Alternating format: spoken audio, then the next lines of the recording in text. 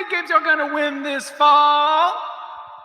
That's the question for the Knoll boys. So the Florida State Seminoles have an over-under win total at FanDuel Sportsbook of 7.5.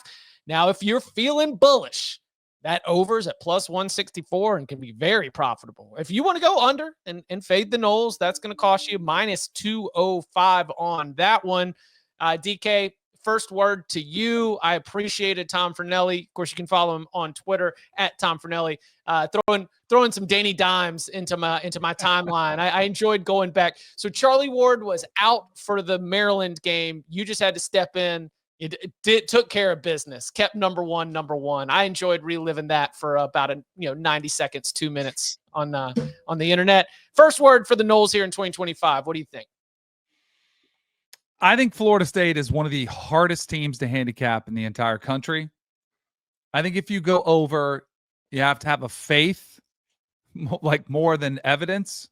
You have to have a belief that they're going to take that big step forward. I would love to buy into it, but unfortunately, I'm going to say 7-5 is probably where they end up. So I'm going to go under. And I hate to say it, but I feel like that's the spot to be in. They've, of course, got the 4 games where they're going to be underdogs against Bama, Miami, Clemson, and Florida. And then just you cannot give them wins with confidence anymore after what you saw last year. And I know you can go back 2 years, but like the Virginia game before Miami kind of makes me nervous. It shouldn't, but it does. It's right before I was on the set with B-Mac, with Brian McFadden, another Seminole, and he said that game might be the trickiest one of the year. He said it's a must-win game. And I do kind of agree with him. Like, there's just some scary at NC State is not a guarantee on November 21st. So I'd love to be wrong. I'd love to say they're a surprise team. And I was like, if you were that believing in the Noles, I think you'd be probably better to go like take an alt win total like Bud likes to do and say over, 8.5 and say they're going to be 9-win team. I don't know. There's too many question marks around. I got to see it. That's an interesting thought, actually, to take FSU over on the alts. What do they win 9+? I'll tell you what I've been looking for. So I've got FanDuel Sportsbook where you can make every moment more, but also we try to be of the people, of everybody in the tailgate. If I can get an exacta market, 7 just feels.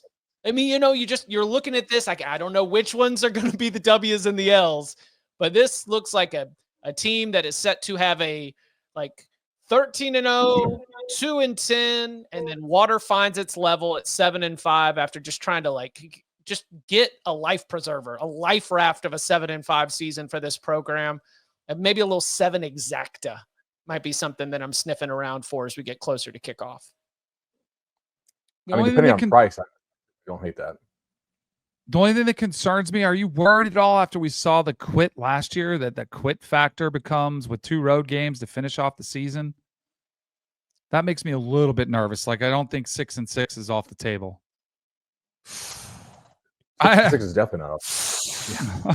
I mean, I think that's a byproduct of the way you build the roster. Like, if you hire mercenaries, like going back thousands of years, the reason mercenary armies were able to keep going was because when they were losing a battle, they would just leave because you only get paid if you're around to fight. And that's just, I think that is a possible side effect when you do build rosters the way that Florida State has built their roster. I'm also under. I mean, you kind of mentioned it. Like, there are 4 teams on this schedule that could legitimately be in the college football playoff this year. Yeah. Like, those are going to be 4 difficult games to win. So now if you assume that they lose those 4, they've got to go 8-0 in the rest of the games to get to the over here. Like, do you feel comfortable thinking this Florida State team can go 8-0 in those games? I don't think it's impossible, but based on what we've seen, and then I just don't have a ton of faith in the quarterback. Like, if you get behind early and Gus Malzahn is your offensive coordinator and Thomas Castellanos is your quarterback, how the hell do you dig out of that hole? You can't just run the ball for, 1,000 times hoping to erase 2-score deficits. And also just roster-wise, I don't know if they have a pass rush. Like I look at this depth chart and I look at who they have, and it's like maybe somebody's going to come out of nowhere and surprise me. But I think that's going to be a legitimate concern for them all year long too, especially in those games against the real good teams. Like it might not impact them as much against Wake or Stanford or Virginia, but against Miami, Alabama, Florida, Clemson, those are going to be big deals. So I don't know. I think 7-5 is far more likely. So yeah, I'm under. Is it from what was it last year, DK, where they were showing the clips from practice and you were like, don't show those clips from practice because you were watching the quarterbacks throw and it looked bad? Well, they came out again. Oh yeah, they came out with showing I think it was Odell didn't like the effort from the defensive line. He started yelling at him. He was like, this is the temperature at kickoff, week one temperature at kickoff, because they were dogging it out there. I was like, man, the last thing Florida State fans want to see is their defensive line dogging it through a bunch of workouts right now. Come on, maybe less is more, okay? Let's do hype videos, slow motion, good pump up song. We don't even need to see the catch, just ball flying through the air. That's all I need. You saw what Tennessee did, right? I saw what LSU had to delete. Yeah. What else you have to delete? Oh, No, I missed this. What do you have to delete? It was a golly gee. They released like a hype video, and the very first frame of it was like a tall tower in which maybe you would film practice from. Yeah. So like they cut it out of the video. Yeah, they took down the whole video after the response to it. Oh, okay. Spiraled in a hurry. Yeah. Yeah. That's going to happen. I will say, if FSU surprises the upside, by the way, over nine wins is plus 390.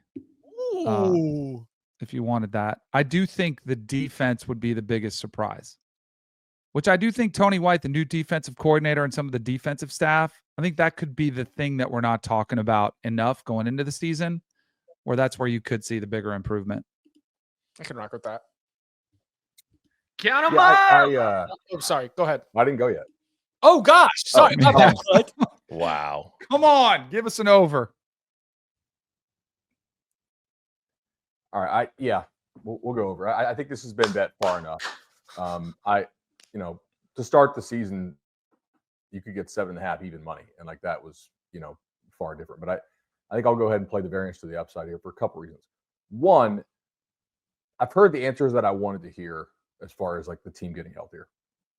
Like that was big. I don't think they got really much done at all offensively in the spring with all the offensive linemen being dinged up. But from what I've been told, they've been running like the starting five and like they're ready to go in practice, and that's pretty important. Squirrel White is out there. That's important. I don't think Squirrel White's amazing, but I do think there's some chance there that he's a nice number two. We know they love Deuce there in spring. Defensively, I think it's very important that they get Jenkins back and Wright for conference play. That's our other D tackle next to Darrell Jackson. They really like what they have in James Williams, the defensive end transfer, from Nebraska.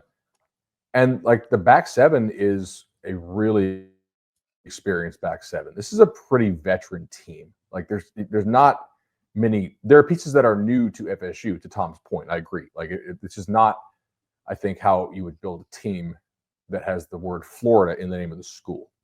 At least not ideally. Like I think they were really smart to use the portal when it was a huge market inefficiency. But now that it's dried up a lot, like you're kind of screwed by your approach that you started to take a couple of years ago. Although they're, I don't know, in some ways recruiting better in high school, but in some ways not. This is a pretty veteran team, though. Like, I mean, you got a lot. This is almost like a COVID age team in a year where we don't have a lot of COVID age teams anymore. So I'll go ahead and go over. Also, man, some of these teams that we're counting as guaranteed losses, I think on paper probably should be.